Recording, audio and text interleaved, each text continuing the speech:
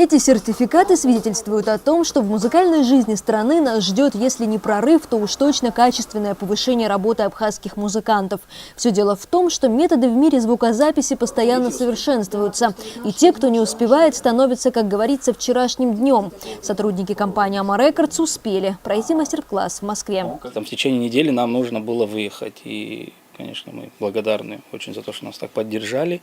И мы смогли реализовать свои планы, потому что впереди, опять же, с компанией «Аквафон» какие-то проекты, в которых мы уже надеемся применить свои какие-то новые знания.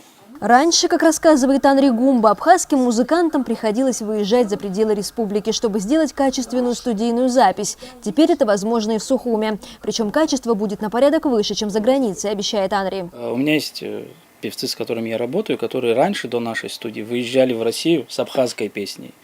И привозили оттуда какую-то непонятную песню с абхазским текстом. Все-таки прочувствовать наш этот момент, колорит, это тяжело за границей. Здесь у нас есть возможность уже непосредственно, я владею языком, сам пишу песни и могу уже работать с певцом, корректировать, поправлять. То есть продукт получается более натуральным. Требования заказчика тоже не стоят на месте. Музыканты хотят звучать не просто качественно, а современно и оригинально, задавая темпы развития звукозаписи. На сегодняшний день уже поступают такие проекты и предложения, при которых мы не можем себе позволить находиться на каком-то одном уровне.